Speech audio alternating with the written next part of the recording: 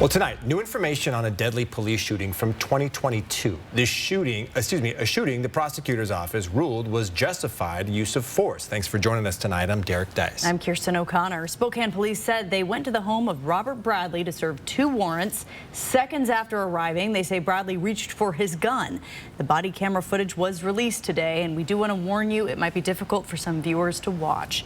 Jordan Smith joins us in studio now with the new information and the newly released body camera footage from that night. Jordan. Yeah, well, on your screen here, you're looking at the moment police made contact with Bradley from September 4th of 2022. Police were here to serve Bradley a warrant to surrender all of his firearms and a protection order against his neighbor, who says just days earlier, Bradley had threatened him and his son with a gun. On this night, that neighbor called police and said he saw Bradley walking around with an AR-style weapon. You got me. Spokane police, let me see both your hands. Let me see both your hands.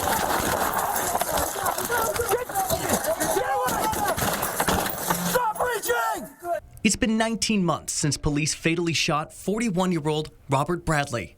Police firing a total of 9 rounds at Bradley, 7 of which from an AR-15.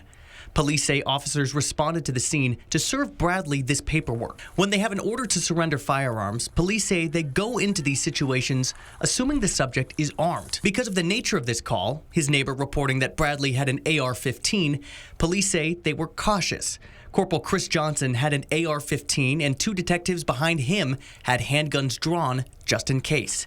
They found Bradley on the passenger side of his van out back.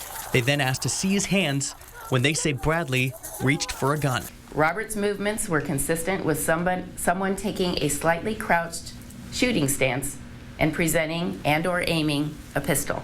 Police struck Bradley with gunfire. They say he fell and began crawling towards his gun, which had fallen under his nearby truck, and police fired more rounds.